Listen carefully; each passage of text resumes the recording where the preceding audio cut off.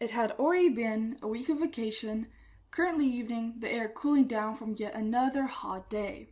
Harry was reading a book on the couch as Draco came downstairs and plopped down beside him, leaning his head on the male's shoulder. He rubbed onto it a bit and curled up, leaning entirely against Harry. "I'm bored." Harry shrugged and stretched his legs out on the footrest in front of him. "What do you suppose I do? Entertain you? It's still hot as hell outside, and I want to finish this chapter before tomorrow." Draco pouted and poked at Harry's cheek. "Potter, don't be stubborn." The raven-haired flinched at the poke and leaned his head away. "Fine, I don't know, we can go to that cool place with all the stores, whatever that is. I didn't get to explore it the last time I came here." Draco lit up. "Sure. To be honest, I've always wanted to take you to the bright side of this area. It's a place all the rich people go to.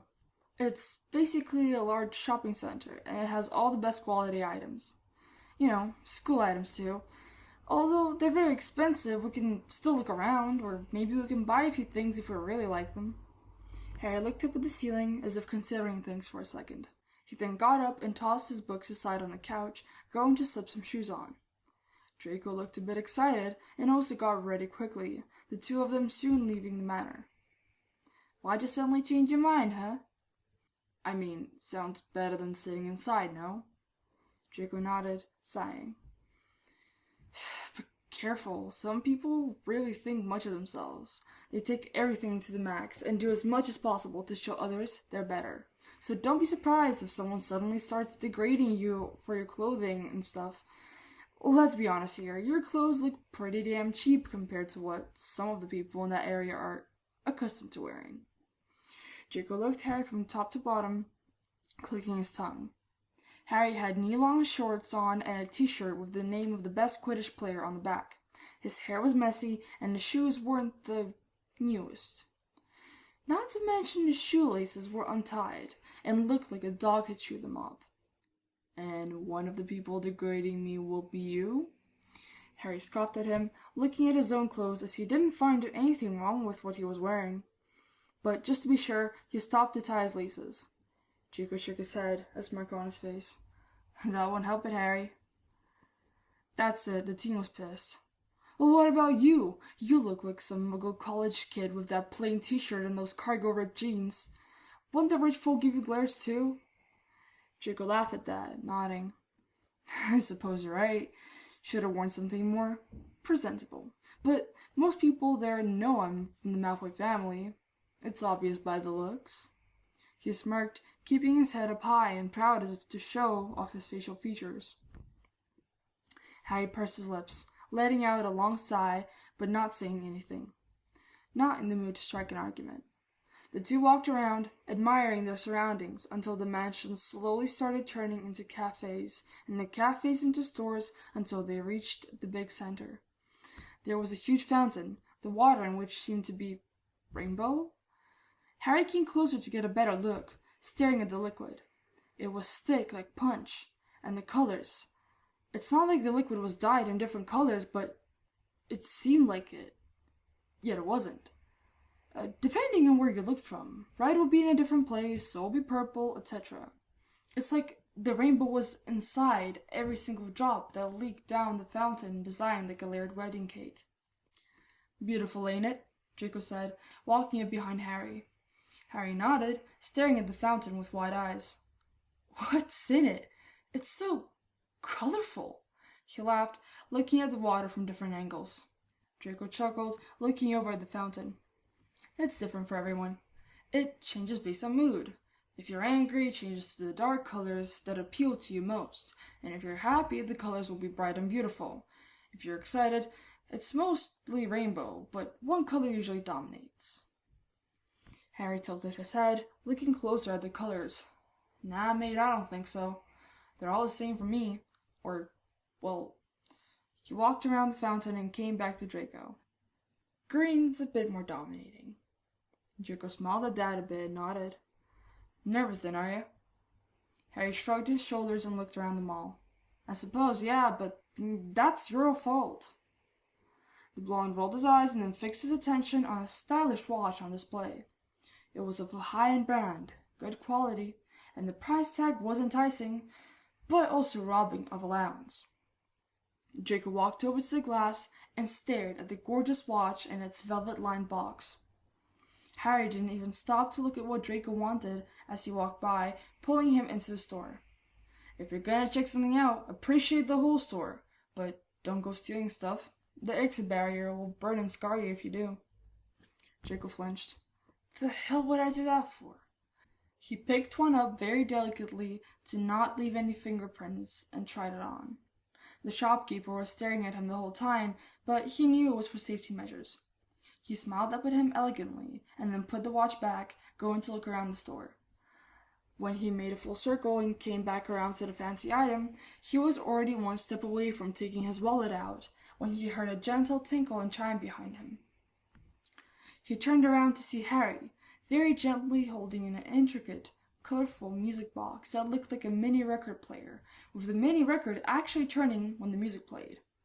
The brunette had a charming smile on his face. Something about the music was calming to him. It was appealing in a very comforting way, and it just made him happy inside. He rewinded the song before he could even finish and stroked the side of the box with his thumb. Draco smiled a bit, then remembered the watch. He took out his wallet and walked over to the shopkeeper, handing him a thick wad of cash, way more than the watch. The man seemed pleased. Draco went back to walking around with Harry and the box around the store before soon walking them out. Harry nearly went pale for a second and backed up. Draco, what? Dude, I still have the box, what are you? But Draco just pulled him through the border set up at the exit of the store. Harry glanced back at the shopkeeper, alarmed, but the man just smiled and shook his head, going back to work. The boy looked like he'd seen death itself for a second. Draco smirked and just put his hands in his pockets, walking down the mall. Harry groaned loudly and hammered at Draco's back with his fists. Dude, that's not funny! I thought I was about to get effed up right there! Did you buy this? Well, I didn't steal it. Harry fell silent, just staring at the detailed, gorgeous, expensive box in his hands as he then hugged Draco tight, which caused him to come to an abrupt stop, not to fall. He huffed and reached over, ruffling Harry's hair. Oh, come on, don't get so emotional now. It's just a damn box. Besides, money well spent. I already have a watch. Harry smiled and snuck a kiss on his cheek as he began walking alongside him, beaming with joy. You really didn't have to, but damn, thank you. Don't mention it. After a night's dinner with the family, Draco and Harry went for a swim in the private pool. They ended up staying there until 10 p.m. Only then did the sun start to set. It's summer after all. Happy and worn out, they both took a lousy, improper shower and lay in bed. They rarely slept in different beds, mostly in Draco's, because they were less likely to get caught cuddling on his side of the room. Plus, the bathroom was closest, and also the sheets smelled like Draco, so it was more comforting. Plus, both beds could hold 2 people on them, so they slept together. The 2 liked physical contact. Draco lay on his back, arms over the covers that covered him up to his chest, on which Harry's head was resting. Over top the blankets, of course. One arm was draped over Draco's stomach, hugging him as he held the music box with it at the same time, the relaxing music quietly playing from the corner of the bed where his hand was. Draco played with Harry's semi-dry hair with his free hand, the other holding the book Harry was reading earlier. The blonde had a confused expression on his face. He raised his brows and sighed, blinking. This was too complicated for him to comprehend, so he couldn't bother. With that, he set the book aside and turned to Harry, fully embracing him. Harry sighed and whined softly, setting the music box aside not to crush it. He set his face in Draco's neck, breathing in his friend's calming scent. The music and Draco's smell. Perfect combination. Damn bookworm. What do you even find fun in that? What is that? Quantum physics for the board? Harry gave another disapproving whine and pinched Draco's side gently, which caused the boy to jolt a little and hiss. I'm sorry, I'm interested in perfecting my techniques for Quidditch. Yeah, surprise. Flying through the air doesn't only depend on magic.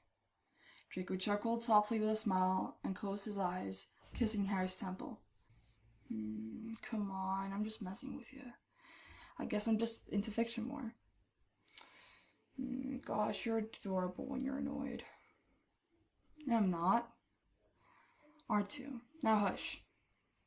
I want to sleep. He in turn nuzzled into Harry's hair, breathing his scent, which was so calming to him. Harry ran his hands up and down Draco's back softly, then came to final resting position. He thought for a second and muttered, "What color did you see in the fountain?" But Draco didn't answer, already long lost in the land of dreams.